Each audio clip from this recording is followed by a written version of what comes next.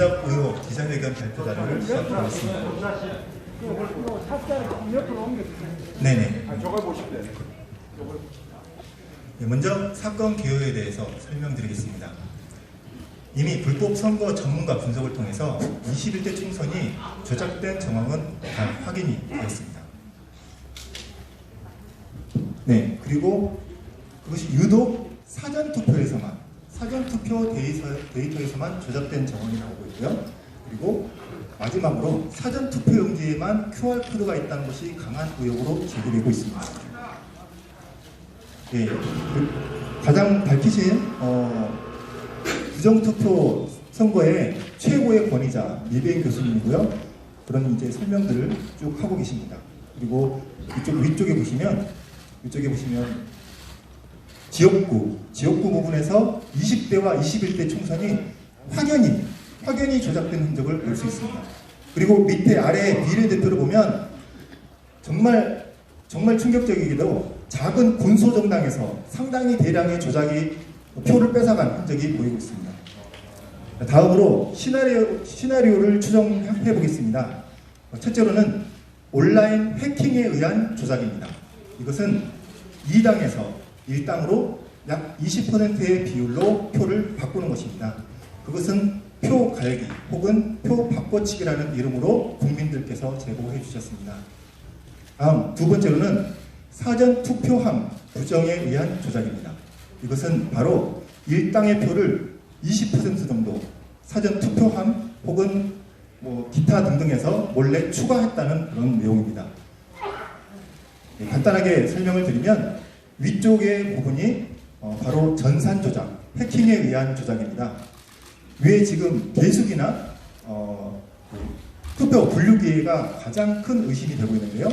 그 분류기에서 어떤 후보를 찍었는지, 그리고 이 투표용지는 어떤 투표소에서 왔는지를 그 데이터를 실시간으로 전송을 해서 당일 투표가 개표가 될 때는 아무 일 없이 모든 것이 무난하게 틀림없이 잘 진행이 되지만, 일부러 사전투표는 제일 처음에 도착했음에도 불구하고 일부러 마지막에 개표된 사전투표에는 저런 루트를 통해서 다른 조작 서버를 경유해서 데이터가 변경됐다는 그 정황으로 시나리오를 예상하였습니다.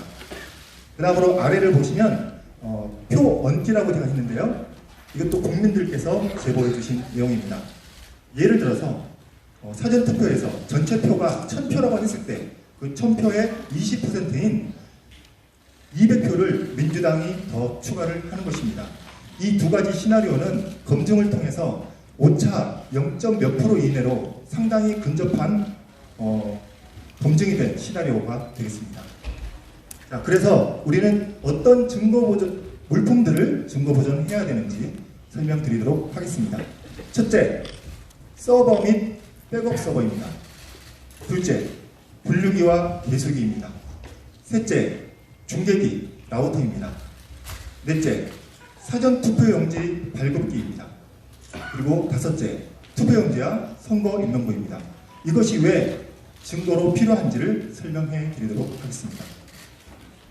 첫 번째로는 서버 및 백업 서버입니다. 백업 서버에는 QR코드가 있을 경우에만 사전투표 집계가 그쪽으로 백업 서버 쪽으로 흘러가서 조작되었을 가능성이 있습니다. 저는 초기에 이 조작 서버가 중국이나 다른 해외에 있을 거라고 추정을 하였지만 너무나도 그 선관위가 백업 서버에 대해서 급하게 이거 폐기를 하려는 것을 보아 추정하였을 때 아마도 이 백업 서버가 조작 서버일 가능성이 상당히 높기 때문에 서버 및 백업 서버까지 다 반드시 증거를 보존을 해야 될 것 같습니다. 그리고 메인 서버에는 아마도 제 추측에는 데이터가 조작된 흔적이 전혀 남아있지 않을 것입니다. 그러나 다른 곳에서 조작된 데이터가 별개의 경로로 흘러온 그런 기록들이 정확하게 남아있을 것입니다. 그러나 이것을 또 지운다고 하더라도 현재 검찰의 수사 능력으로는 이 증거를 인멸한 그런 기록까지도 다 찾아낼 수 있을 것이라고 저는 반드시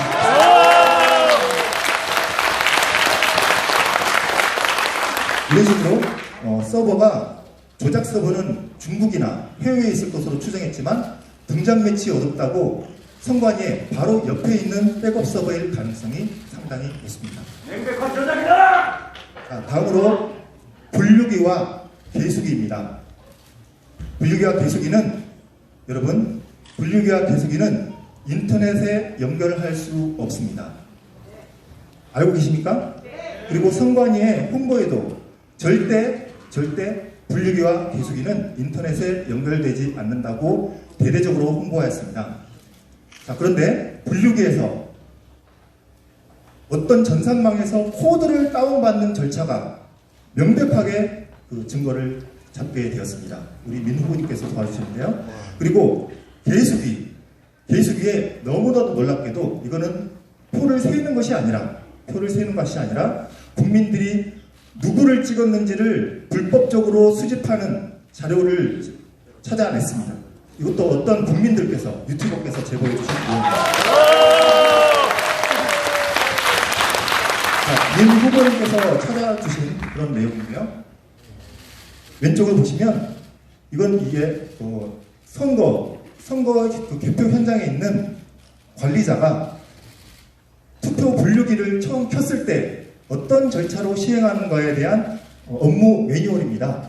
그런데 여기서 가운데 부분을 보게 되면 분명히 전산망에서 후보자 정보를 코드를 다운받는다라고 되어 있습니다. 이것은 분명하게 전산망에 연결되었다는 본인 스스로의 완벽한 증거입니다. 이거는 부정할 수가 없습니다. 자, 그래서 그 잠깐 다운받는 코드가 도대체 무엇이냐? 아까 말씀드렸던 조작값, 지역마다 약간씩 다를 수 있는 조작값이 될 수 있는 가능성이 상당히 높습니다. 자, 다음으로 오른쪽을 보시면 너무나도 충격적인 내용인데, 여러분 참관해 보신 적 있습니까? 참관해 보신 분. 거기 보시면 계수기가 어떤 후보를 찍었는지 나오는 부분이 있습니까? 없죠. 몇 장인지, 100장인지만 확인하는 그 표시부가 있을 것입니다. 그런데 여기 있는 특허 내용을 보게 되면 이 특허에는 보시면 플러스 상사라고 되어 있고요. 개표 현장에서 사용되었던 똑같은 동일 모델의 특허가 특허청에 등록이 되어 있습니다. 인터넷에 누구든지 검색을 할 수 있고요. 여기 보시면 너무 놀라운 부분이 있습니다. 여기 보시면 센서가 있는데요. 이 센서는 몇 장이 지나갔는지 숫자를 세는 센서가 아닙니다. 오른쪽에 보시면 몇 번째 후보를 찍었는지, 제가 오른쪽에 하단에 있는 이 사진은요, 제가 만든 것이 아닙니다. 특허청에 검색해보면 이 계수기에 이 표가 명백하게 나와 있습니다. 이것으로 특허를 지금 낸 겁니다. 몇 번 후보를 찍었는지를 이 계수기가 판독합니다. 여러분, 계수기가 왜 몇 번 후보를 찍었는지 왜 판독해야 되죠? 자, 그리고 이것을 인식하는 처리로가 있습니다. 이것은 CPU에 해당합니다. 원래 이 개표 진행되는 상황에서 절대 전산적인 부분이 있어서는 안 됩니다. 전산 처리 부분이 있고요. 또 더욱 충격적인 부분은 이 아래 부분에 통신부라고 있습니다. 통신부라는 것은 여기에 있는 계수기의 데이터를 어디든가로 송출할 수 있다는 것을 의미합니다. 여기에 있는 내가 몇 번을 찍었는지에 대한 데이터가 저절로 전송이 될 수 있는 그 내용이 특허청에 특허로 등록이 되어 있습니다. 자, 다음으로는 중계기입니다. 라우터라고 하기도 하는데요. 여러분 집에 다들 갖고 계신 무선 공유기라고 생각하시면 되겠습니다. 그런데 선관위에서는 이것이 전용손 장애 시에 대체용이라고 발표를 했습니다. 그러나 여러분, 무선 장비가 더 불안정하기 때문에 무선 장비의 대체제로 전용선을 쓸 수는 있지만 그 반대로 쓰는 예는 별로 없습니다.